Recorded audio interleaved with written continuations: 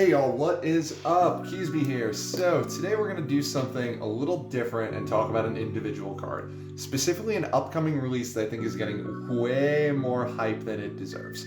The card in question is Acala, the Immovable Cherub, and she is being lauded at the time of this recording as the next Nibiru, the new board breaker, etc., etc. So let's read her effect. She is a Fire Fairy level 1 with base 1500 attack and defense and the following effect. Cannot be normal summoned or set. Must be special summoned from your hand by attributing all face-up monsters on the field that activated an effect and your opponent's monsters are in this turn. Then she gains 1500 attack for each monster attributed this way. Finally, on a hard once per turn, in the end phase, you can target one monster in your opponent's graveyard and special summon it back to the field.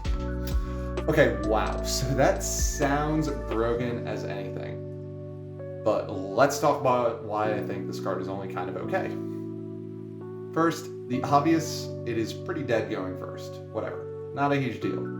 But now, let's talk about the main issue I have with this card. You're not clearing anything on the board that is still relevant anymore. Let me explain what I mean. Let's say your opponent builds a 3 negate board. To fully clear that board, you have to eat 2 of those negates, then summon Acala. An important note that this is more of a kaiju than a Nibiru in that this does not activate, so plus for her. Then beat over the 3rd negate. Granted, she's going to be pretty big at this point, being a 4500. Then you get one of those monsters back, or something else from your opponent's graveyard, your call during the end phase. I know that still sounds good, but let's backtrack some more. First, 3 major points of interaction that are currently being played are Destroy Phoenix Enforcer, Wandering Peter Griffin Rider, and Miss Valley Apex Avion. I'm a Flounder player, I have a bias, I'm going to mention it. Now, what do all 3 of them have in common? They politely excuse themselves from the field after using their effects. Next, we're assuming that all points of interaction our opponent has are in the form of on-field monsters. Let's consider the prevalence of hand traps and back rows such as Imperm, Lance, Sword Soul Blackout, etc., that provide interaction in ways that Acala has no means of interacting with. So realistically, facing off against a board with 2 to 4 points of interaction, there's a real chance that half of those are coming out of the hand or back row. So now let's look at some numbers and say that we're looking at a 2 negate board with 1 back row and 1 hand trap, which feels pretty standard. First of all, if your answer to this is, well, my opponent wouldn't have gotten to that point through my own hand traps, well then you already would have been better served with additional hand traps or extenders over Acala. So now you have a 6-card hand, one of them being her. So assuming every card in your hand is actionable in some way, that's 5 cards up against 4 points of interaction. Now consider that the odds are your opponent isn't going to blind fire their interactions card for card and are going to be waiting until you've exhausted resources before interacting. There is a real chance that when all is said and done, you may be ending your turn with a 4500 Acala and 1 negate, which most decks can chew through fairly easily.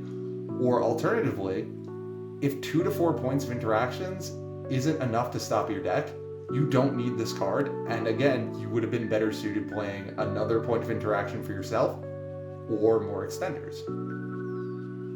All in all, I think she's going to be a niche card who could maybe be a fun OTK enabler in something like Gren Manju, where your game plan is eat all the interactions and then hit really, really hard. But I think overall, I just don't find the payoff that she offers is worth playing into 2 or 3 points of interaction that you're losing resources to at this point. So I just don't think it's worthwhile.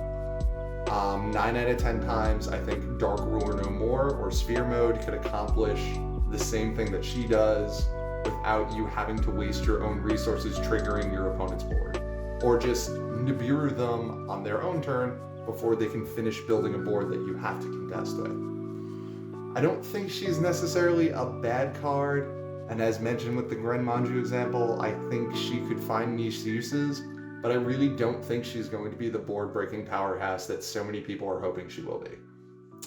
Anyway, this has been my quick thoughts about Acala. Let me know what you think in the comments, and don't forget to like, comment, and subscribe as well. Have a great day.